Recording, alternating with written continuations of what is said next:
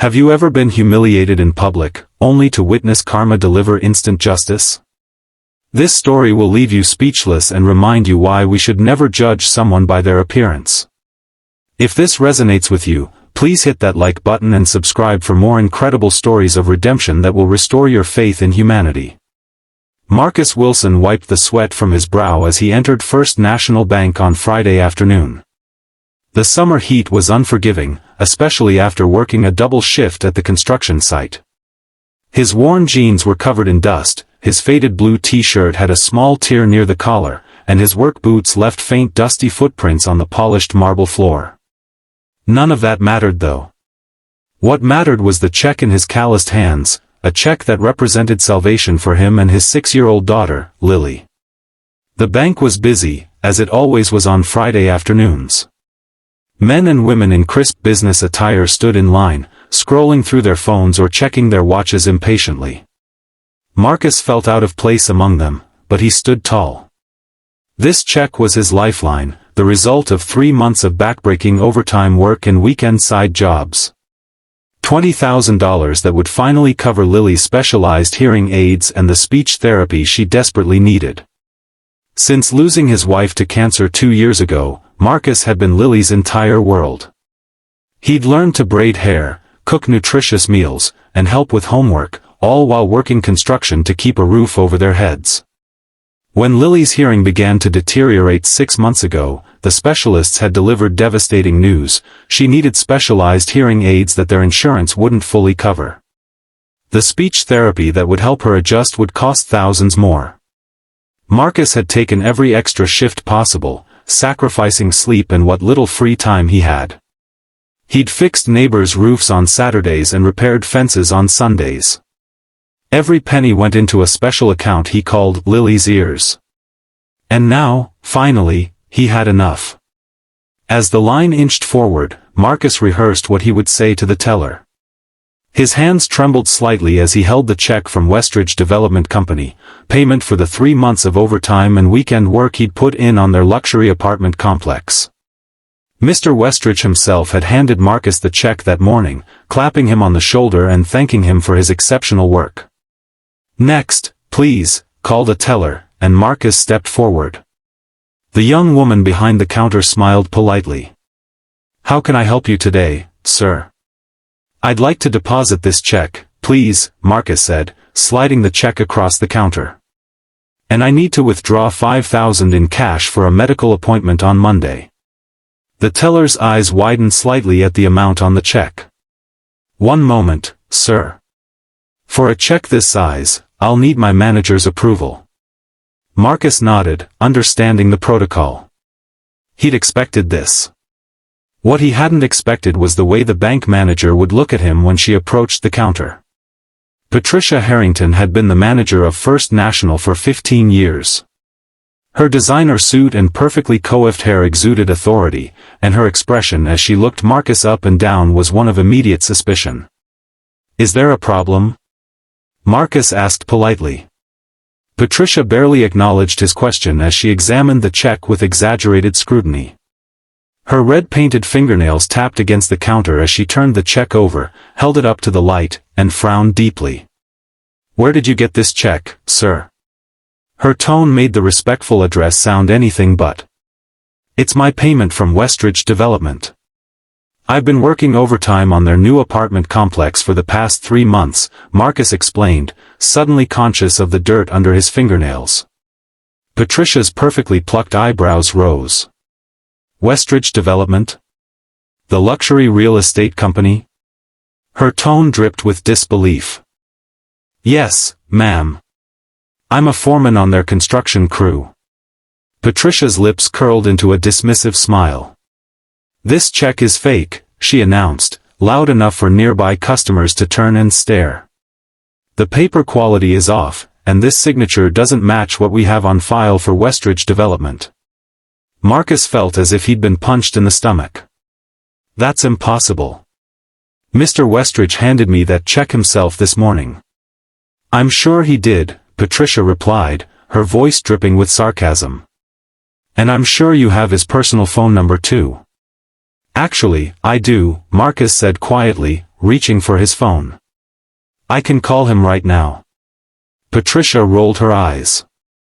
Sir, I've been doing this job for 15 years. I know a fraudulent check when I see one. She turned to the teller. Call security, please. The young teller hesitated, looking uncomfortable. Ms. Harrington, perhaps we should. Now, Jennifer, Patricia snapped.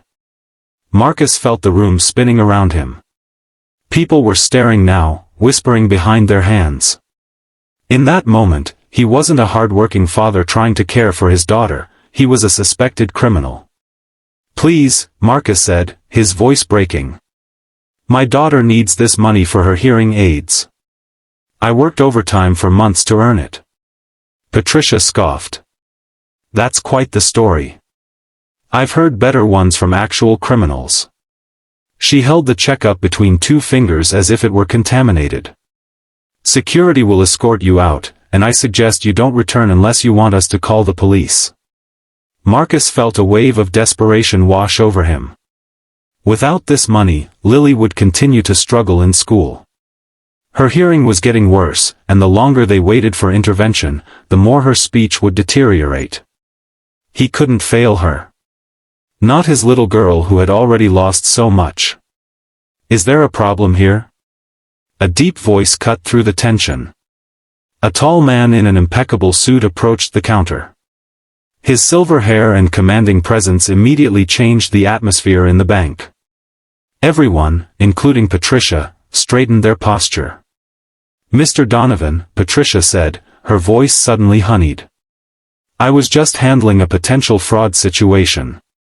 Richard Donovan, the regional director of First National Bank, had been visiting branches that week for quarterly reviews. His presence commanded immediate respect, and even Patricia seemed to shrink slightly under his gaze. I see, he said, his eyes moving from Patricia to Marcus, then to the check still held between Patricia's fingers. May I? He asked, extending his hand.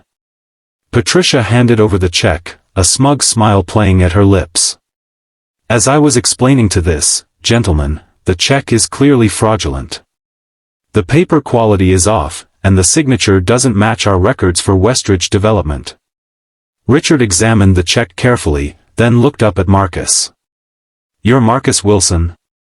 Yes, sir, Marcus replied, hope flickering in his chest. Richard pulled out his phone and dialed a number. The bank fell silent as everyone watched. Thomas? It's Richard Donovan from First National. I have a Marcus Wilson here with a check from your company. He paused, listening. I see. Yes, he's right here. Another pause. Excellent work, you say? That's good to hear. He smiled at Marcus. Yes, I'll tell him. Thank you, Thomas. Richard ended the call and handed the check back to Marcus. This check is perfectly legitimate, Mr. Wilson. Thomas Westridge not only confirmed it, but he also spoke very highly of your work. He mentioned you're the most dedicated foreman he's ever employed. The silence in the bank was deafening. Patricia's face had gone pale, her mouth opening and closing without sound.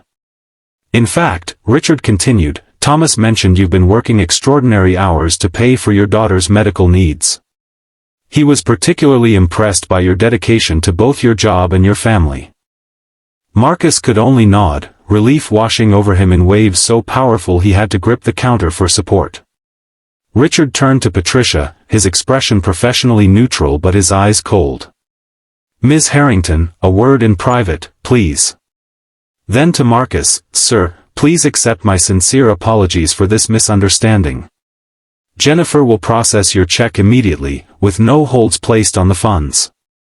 As Patricia followed Richard toward his temporary office, her shoulders slumped in defeat. Marcus heard Richard say, we never make assumptions about our customers based on their appearance, Ms. Harrington. That's not just banking policy, it's basic human decency. Jennifer processed his check with a warm smile. I'm so sorry about that, Mr. Wilson. I'll make sure you get your cash withdrawal right away for your daughter's appointment." Marcus thanked her, his voice thick with emotion. As he waited, he noticed Richard returning from his office alone. Patricia was nowhere to be seen. "Mr. Wilson," Richard said, approaching him again. "Before you go, Thomas Westridge also mentioned you're exceptionally skilled with your hands. We actually have an opening in our facilities maintenance department. The pay is comparable to what you're making in construction, but with full benefits, including comprehensive health insurance that would cover your daughter's needs. Would you be interested?" Marcus couldn't believe what he was hearing. A job with benefits would mean proper insurance for Lily, no more killing himself with overtime, no more missed bedtimes reading her favorite stories. "Yes, sir. I would be very interested." "Excellent. Here's my card. Call my office on Monday to set up an interview, though it's really just a formality. Anyone Thomas Westridge recommends so highly is someone I want working here." As Marcus left the bank with the cash safely tucked in his wallet, he felt a weight lift from his shoulders. For the first time in months, he allowed himself to feel hope, not just for Lily's hearing, but for their future together. Monday morning found Marcus sitting in a pediatric audiology center, holding Lily's small hand as the specialist fitted her with new hearing aids. The moment they were turned on, Lily's eyes widened in wonder. "Daddy," she said, her voice filled with awe. "I can hear you better." Marcus fought back tears as he squeezed her hand. "That's right, sweetheart. And it's going to get even better from here." Later that week, after acing his interview, Marcus started his new job at First National Bank. The hours were regular, the work satisfying, and most importantly, the comprehensive health insurance covered all of Lily's ongoing therapy needs. 1 month into his new position, Marcus was fixing a light fixture in the main lobby when he noticed Patricia Harrington entering the bank. She wasn't wearing her manager's badge anymore. He'd heard she'd been transferred to a small branch in a rural area where she could develop her customer service skills. Their eyes met briefly, and Marcus offered a small, polite nod. She quickly looked away, hurrying past him toward the teller windows. That evening, as Marcus helped Lily with her speech exercises, she asked a question that made his heart swell with pride. "Daddy, are you happy at your new job?" Marcus smiled, thinking about how much had changed in just a few weeks. "I am, sweetheart. Very happy." "Good," Lily said, her voice clearer than it had been in months. "Because you're the best daddy in the world, and you deserve to be happy too." Marcus hugged his daughter close, grateful for the twist of fate that had brought Richard Donovan into the bank that day. Sometimes, he reflected, life's hardest moments lead to unexpected blessings. And sometimes, being judged unfairly leads to being truly seen for the first time. 6 months later, Marcus was promoted to head of facilities management. His office had a small window that overlooked the playground of Lily's school. Sometimes, during his lunch break, he would watch her playing with the other children, no longer isolated by her hearing difficulties.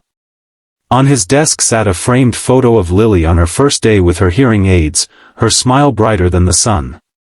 Next to it was a handwritten note from Richard Donovan that simply read, "Never judge a book by its cover, or a man by his work boots.